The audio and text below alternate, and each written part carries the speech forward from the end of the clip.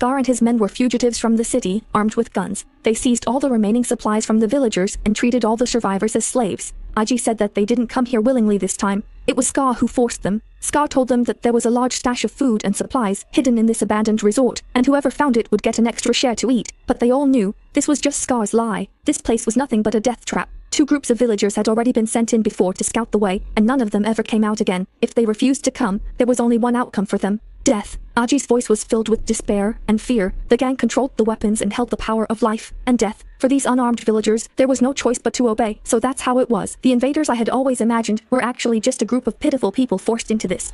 For once, I felt more than just a need for revenge. Looking at the sobbing young man before me, I asked, if it's certain death, why risk your life for Scar? Can't you all resist a small gang like his? My words hit a nerve. Aji looked up with bloodshot eyes and said, it's not that we don't want to resist.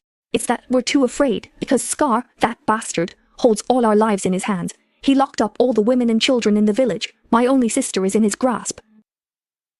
The word sister was like a brittle, poisonous needle piercing the place in my heart I least wanted to touch. I don't have a sister, but I once cherished Chen Hao's cousin as if she were my own. Yet after I died, she wore the designer clothes I bought her and moved into my house without a second thought. I thought that nothing about life or death could move me anymore. My plan was simple: hold the fortress, treat all intruders, whether gangsters or villagers, as a single threat, and eliminate them all in the most efficient way, leaving no loose ends. But now Scar, that bastard, is even more devious than I imagined. He isn't using force to control these villagers.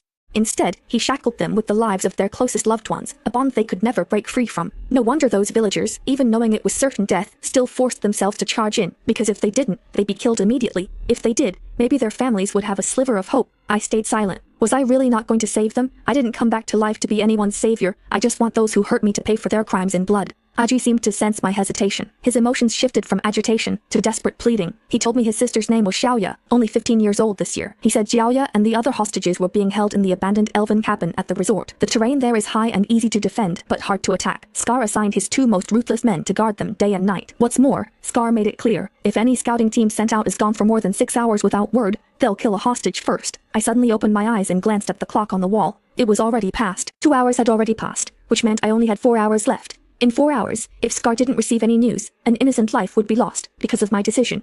Aji, as if clutching at his last straw, told me a crucial piece of information. Scar and his men had set up their camp in the lobby of the Hot Spring Hotel at the resort, which had only one main entrance and exit, but he knew of another way in. The entrance to that passage was hidden by a pile of collapsed rocks, making it extremely well concealed. He said that as long as I could rescue his sister, he was willing to do anything. He could lead me into Scar's camp, tell me about their personnel deployment and firepower distribution, and even, once the hostage was safe, rally all the villagers to rise up against Scar.